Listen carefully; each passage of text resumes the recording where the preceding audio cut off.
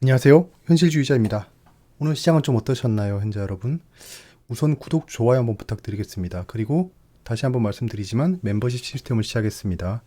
현재는 찐팬 대상으로 오픈 채팅을 준비 중입니다. 자, 현재 코스피 상황 어떤가요? 아직도 우리가 그리던 청사진 안에서 움직이고 있습니다. 그 다음 스텝도 우리가 예상은 했었죠. 예, 지금 현재 보시면 알겠지만 갭 상승한 이후에 여기를 지켜주고 있습니다. 오늘 약간 깨고 내려오긴 했는데 지금 고점이 점점 낮아지는 모습을 보이고 있어요. 예, 이러면 내일 갭 하락을 한다면 급한 하락이 나올 거고요. 갭 하락이 나오지 않는다면 다시 반등하는 모습을 보여줄 겁니다. 여기서는 횡보를 하고 있다. 길게도 횡보하고 있지만 여기서도 횡보를 하고 있습니다. 횡보하는 이유는 다른 게 없습니다. 지금 현재 기술적 구간에 들어와 있기 때문이에요. 왜냐하면 시장에 나와 있는 이슈들은 다 알고 있거든요. 알고 있는 거잖아요. 전혀 새로울 게 없습니다. 지금 뭐 그 빅스텝이 나올 수 있다. 확률이 계속 올라가고 있다. 이런 얘기가 나오고 있고 이거는 갑자기 나온 얘기가 아니에요. 경제 지표들이 발표되면서 앞으로 예상되는 우리의 범위 안에서 움직이고 있는 거죠. 결국에는 금리는 0.25%포인트나 0.5%포인트 정도로 왔다 갔다 하는 거지 이 종착 금리는 정해져 있다는 겁니다, 현재. 그게 올라가더라도 대동소이하게 올라갈 거예요. 즉, 금리가 올라갈지언정 우리의 예상을 빗나갈 만큼의 큰 폭등이 나올 만한 상황은 아직은 없다는 겁니다. 아직은 없다. 그럴 만한 요인이 생겨야겠죠. 그럼 시장에 정말 큰 지각 변동이 일어날 겁니다.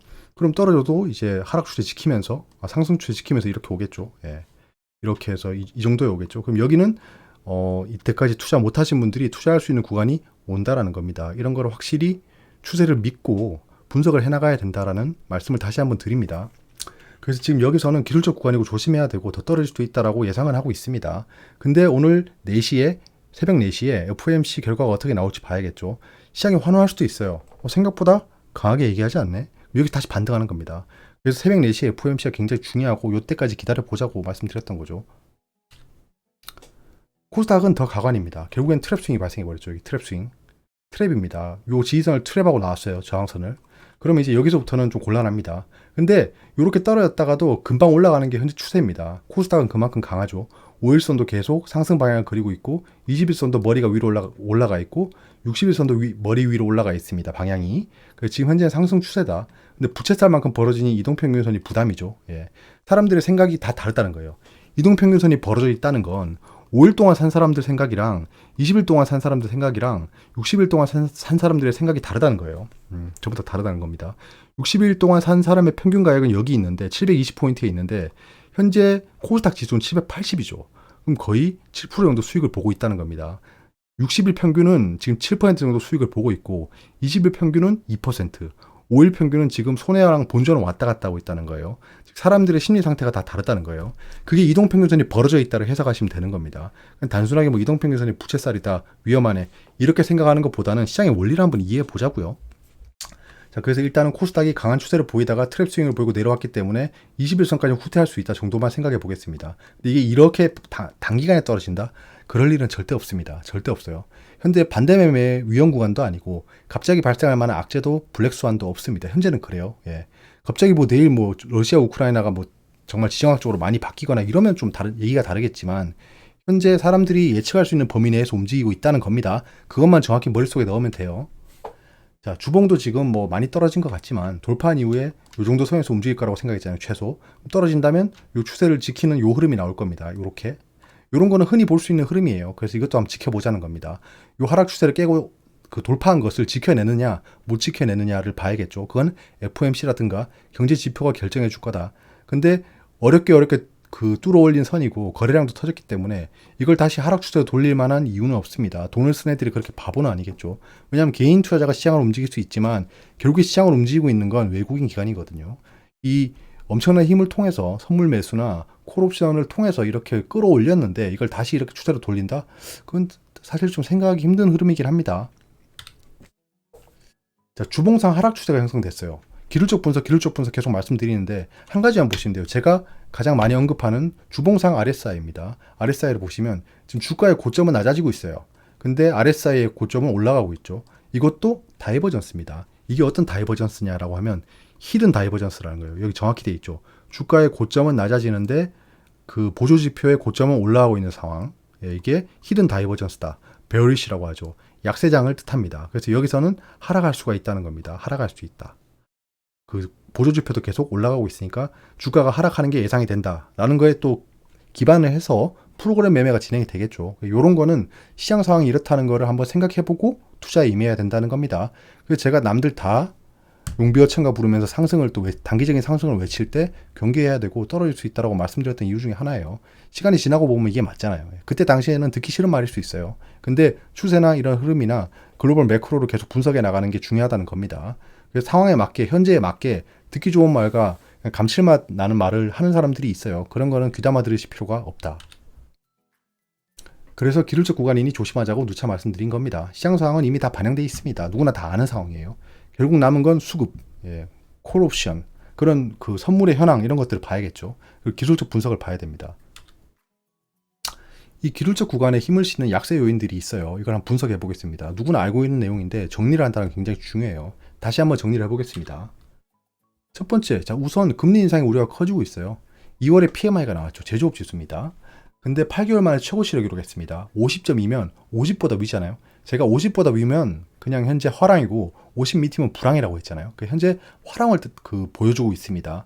8개월 만에 최고치를 찍은 거죠. 경제가 견조하네. 연준은 긴축을 내가 할 만한 건덕지가 있구나 라고 생각할 수 있다는 겁니다. PMI 외에도 경제 지표들이 그렇게 연준의 긴축을 부추기고 있죠. 새벽 4시에 FOMC 회의록이 나옵니다. 빅스텝 확률이 18%에서 25%로 상승했어요. 그렇게 크게 상승은 아닙니다. 4분의 1의 확률이죠. 그 다음에 제프리 여기 부치빈더라는 분이 얘기했어요. LPL 파이낸셜의 수척자산 전략가인데 시장이 드디어 연준의 말에 귀를 기울이기 시작했다. 3월, 5월에 이어 6월에도 금리 인상 가능성이 커지고 있다라는 그냥 공자와 맹자 같은 얘기를 했어요. 이런 것들이 뒷받침해주고 있습니다. 그래서 새벽 4시에 나오는 FOMC 회의록을 보고 시장의 방향성을 결정할 겁니다. 만약에 생각보다 강경한 발언을 한다라고 하면 미증시는 하락으로 끝날 거예요. 하락으로 끝나면 내일 시장은 갭 하락할 거고 그러면 롱바디 음봉을 그릴 수 있습니다. 근데 밑꼬리를 길게 달고 올라올 확률이 굉장히 높습니다. 한번 지켜보시죠. 그래서 어느 정도 시장이 하락하고 있을 때 약간 레버리지 지수로 좀 단기 트레이딩하는 건 유효해 보인다는 겁니다. 그리고 지정적 리스크가 지속되고 있어요. 러시아랑 우크라이나죠. 푸틴 대통령이 말했습니다. 핵무기 통제 조약, 미국이랑 맺은 거죠. 2010년에 맺었습니다. 이거를 중단하겠다고 선언했어요. 그래서 미국의 바이든 대통령이 호응했죠. 그럼 나 우크라이나 지원을 지속할래. 이렇게 약간 좀 중국, 미국, 그다음에 미국, 러시아 간 이런 갈등이 계속 조장이 되고 있다라는 겁니다. 이거는 결국에 시장의 악재긴 하죠. 성장주들이 실적이나 이런 것들이 약세를 지속하고 있습니다. 주가도 그렇지만 보면 테슬라가 중국 판매가 부진하다라는 소식이 들려서 또 2, 3% 떨어지고 아마존 같은 경우에도 월급 삭감을 공지했습니다. 그만큼 기업이 지금 현재 허리띠를 졸라매고 있다는 거겠죠. 하지만 임금을 떨어뜨린다는 건 결국엔 인건비를 하락시키고 있는 거고 그거는 기업의 실적을 좋게 만드는 좀 기저효과가 발생할 겁니다. 그래서 말씀드렸다시피 물가가 올라가고 인플레이션이 발생한다는 건 제품의 가격을 올리는 거고 서비스의 가격을 올리는 겁니다. 지금이야 고통스럽겠지만 이 서비스나 제품 가격은 하방 경직성이 강하거든요. 한번 올라가면 떨어지지 않아요. 떨어지지 않기 때문에 이건 결국 기업의 덩치를 키우고 영업이익의 그 풍선 효과를 가져오는 거죠. 거의 이 벌룬이라고 하잖아요. 점점 덩치가 불어나고 있는 겁니다. 그 다음에 미국의 강한 소비 증가세가 올 하반기 둔화 가능성을 높이고 있다라는 겁니다. 지난해 12월 기준 개인이 보유한 초과 저축액의 누적 금액이 1조 3천억 달러래요. 이게 줄어든 겁니다. 최고치 대비가 2억 6천 정도 됐거든요. 그래서 절반가량 왔다는 겁니다. 즉 사람들이 통장에서 꺼내서 소비를 할 정도로 지금 물가가 비싸고 사람들의 수입이 줄어들고 있다는 거죠. 그걸 근거로 올 하반기에 둔화될 가능성이 높다고 얘기하는 겁니다. 올 하반기에 둔화된다는 거는 결국엔 하반기가 경기가 안 좋다는 거고 그럼 주가의 하방은 6월까지 찍고 있다는 겁니다. 왜냐하면 주식은 경기를 6개월 정도 선행하니까요. 하반기에 둔화가 온다라는 전망이 맞다면 6월쯤이면 그 조정이 끝나고 반등을 모색하고 있을 거란 겁니다. 지금이 이제 2월 말이 다 돼가니까 두세 달 정도의 베어 마켓이 진행될 수 있는 겁니다. 그때까지 조정을 보이고 횡보를 하거나 그렇게 진행될 수 있겠죠. 제가 지금 현재 횡보 시장을 벗어나기 힘들다는 이유가 이런 겁니다. 결국에 경기 침체라는 방점을 한번 찍어야 돼요. 찍어야 되기 때문에 그때 저점을 찍고 올라갈 수 있는 힘이 발생할 거다. 그 최저 라인을 제가 기술적 분석상으로 짚어드린 겁니다. 그걸 한번 맞는지 틀리는지 보면서 시장을 대응해 나가자고요. 그리고 HLB가 하락했어요. 오늘 보면 공매도 과열 종목이 지정됐습니다. 거의 퐁당퐁당으로 지정되고 있는데요. 이게 현재 그 HLB를 가장 크게 움직이는 그 공시들이죠. 회사 분할 결정, 이거 선박 부문 분할한다고 했고요. 물적 분할. 그래서 상한가를 갔죠. 그 다음에 상한가 가는 날에 여기 공매도 과열 종목이 시작됐습니다. 그리고 오늘 공매도 과열 종목이 시작됐어요. 공매도가 굉장히 많이 발생했다는 건데요. 아, 이거를 이렇게 했구나. 일단 뒤에 차트를 보면 공매도 잔고가 확 줄었습니다. 제가 오늘까지 봐야 된다고 했던 이유잖아요. 오늘 결국 공매도 잔고가 나왔습니다. 2월 20일에 상한가 갔을 때인데요. 지금 보시면 공매도 수량, 잔고 수량이 거의 190만 주가 줄었습니다. 약 300억 정도입니다. 300억 정도의 규모로 공매도 상환했다는 거예요. 결국엔 쇼트 커버링이 주가를 상한가로 만든 게 맞았습니다. 맞았어요. 3일이 지나고야 아는 게 좀 역겹고 더럽긴 하지만 일단은 그렇습니다. 그리고 이제 아직 이틀치가 공개가 되지 않았는데요. 어차피 공매도 금지 기간에는 공매도가 발생하지 않았지만 예상외로 업틱룰이 예외된 공매도는 계속 발생했어요. 여기서 한 가지 아셔야 될 게 공매도 금지로 지정이 돼도 공매도는 일어납니다. 참 웃기죠. 공매도 금지인데 허용된 공매도가 있어요. 업틱룰이 예외된 건데요. 이거는 뭐 LP라던가 시장 조성자들이 업틱룰을 예외로 공매도를 할 수 있고 이게 공매도 금지 기간에도 적용받지 않는다는 겁니다. 왜? 이거는 뭐 실제 공매도 전략에 따라 시행되는 양이 아니라 뭐 유동성을 공급한다거나 그런 그 시장을 약간 굴릴 수 있는 장치를 만들어 준 게 이런 거예요. 시장 조성자 같은 것들. 그런 거는 지금 금지랑 관계없이 계속해서 시행해야 된다는 겁니다. 근데 저는 여기서 의심스러운 게 있어요. 왜 그 양이 이렇게 많아야 되는 건지 모르겠어요. 3만 주나 공매도가 일어났습니다. 이게 증시의 상승을 발목을 잡았겠죠. 당연히 이때. 요 HLB 주가 상승의 발목을 잡았을 겁니다. 그리고 오늘 하락을 크게 했는데요. 여기 보시면 공매도 수량이 굉장히 많습니다. 그래서 또 공매도 금지 종목이 시작된 거죠. 자, 그럼 오늘 공매도 수량, 잔고 수량이 얼만큼 줄었을까요? 또 이때만큼 190만 주가 줄었을까요? 아마 이틀 뒤에 내일부터 공개되는 양을 보면 아, 지금 현재 외국인이나 기관들이 HLB에 대해서 패닉 매수를 하고 있구나. 패닉 매수입니다. 공매도를 상환하기 위해서 패닉 매수를 하고 있다는 거예요. 근데 이틀 뒤에 보이기 때문에 우리가 이 전략을 따라갈 수 없는 거죠. 하지만 추정이 가능합니다. 공매도 잔고는 줄었을 겁니다. 근데 주가는 떨어졌죠. 한마디로 공매도 세력이 이런 시장에 눈을 막고 주가를 하락시키면서 자기들은 원하는 공매도 상환을 해가고 있다는 겁니다. 그러니까 이건 지금 현재 시장 참여자들이 속고 있는 거죠. 예, 속고 있는 겁니다. 주가에 속고 있는 거예요. 그래서 저는 오늘 추가 대응을 좀 했습니다. HLB 파이프라인이 이렇게 있잖아요, 지금. 그래서 요 마일스톤들이 예정되어 있기 때문에 NDA라든가 이게 NDA가 비밀 유지 협약이 아니고요. 뉴 드러그 어프로벌입니다. 신약 허가. 그 다음에 가남 1차 캄렐리 주마 병용 이게 3상이 끝나가고 2상이 끝나가는 두 개가 있습니다. 그래서 얘들에 대한 이슈가 곧 발생할 거다라는 게 좀 보여지고요. HLB 투자 전략대로 제가 진행하고 있습니다. 이때 멤버십 회원 정령 동영상으로 말씀드렸죠.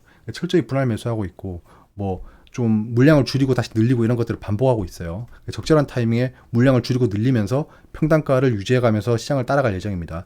HLB는 지금 현재 몰빵할 만한 종목은 아닙니다. 몰빵을 했을 때 굉장히 큰 기쁨이 돌아올 만한 확률은 있지만 굉장히 위험합니다. 급락을 할 수도 있고 급등을 할 수도 있는 정말 모아있는 도종목이라서 현재는 투자를 좀 조심하였으면 좋겠습니다. 그래서 이런 투자 전략을 공개하면서 말씀드리는 거예요. 가장 안전하게 하는 방법, 가장 수익을 극대화할 수는 있겠지만 안전하게 들어가야 된다는 겁니다. 그럼 기다림도 길고 시간도 좀 걸리겠죠. 예. 급하게 들어가서 급하게 먹고 싶은 마음은 이해합니다만 그랬다간 항상 쪽박을 차게 된다.